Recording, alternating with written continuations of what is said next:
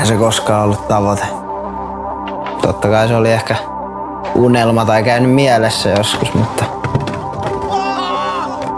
en mä ikinä tähdännyt, että musta olisi tullut ammattilainen tai mitään. Se vaan tapahtui.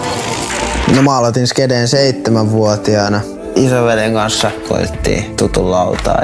No ihan alkuvaiheessa ei meillä ollut mitään kameroita. Aika nopeasti se kamera tarttui kyllä omaankin käteen. Ekat videot me editoitiin DVD-soittimella. Sitten me ostettiin mini-DV-kamera ja saatiin ehkä tietokoneelle niitä matskuja jotenkin.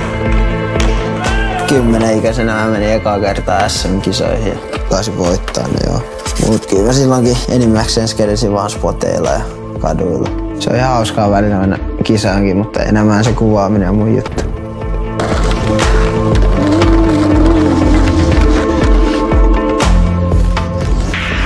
...17-vuotiaana rikoin mun selän ekaa kertaa. Et aika nuorena se meni. Siinä meni vuosi toipua siitä ja mä aloin skettaa sit uudestaan siinä pari kuukautta, kun se meni taas. Sitten oli se 1 vuosi kuntoutusta ja sit mä skedesin mun mielestä kuukauden vähän päälle. Se meni 3. kerran.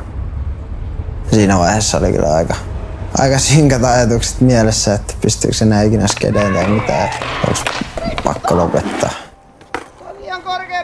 Mut sit se leikattiin ja tässä sitä ollaan ja pystyy skeittämään. Tai noitten kaikkien juttujen jälkeen, vaikka mä kellasinkin lopettaa, niin nyt on ymmärtänyt, että ei sitä pysty lopettaa ennen kuin on niinku oikeasti pakko. Mut siis ne selkäongelmat ehkä muokkasi sitä mun skedäystä siinä mielessä, että mieluummin otan aina jonkun erikoisen reitin, kun menen ehkä suoraan rappuset tällaiset. Se mun juttu on enemmän sellaiset vähän haastavimmat spotit tai oudommat, mitä muuten ei ehkä skeittäisi. Mä oon käynyt skedeyksen takia yli 30 maassa. Että onhan se nyt ihan sairaan siistiä.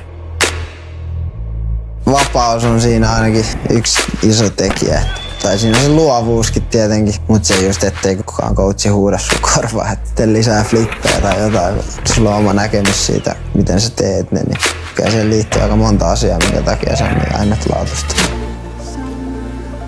Varmaan toi kuvaaminenkin jossain osin, tai niiden videoiden tekeminen mun veljen kanssa on mahdollistanut tämän, että mä oon päässyt tähän tilanteeseen. Tai yhtä paljon melkein tullut kuvattua kuin skedettyä, että se kuuluu kyllä lajiin.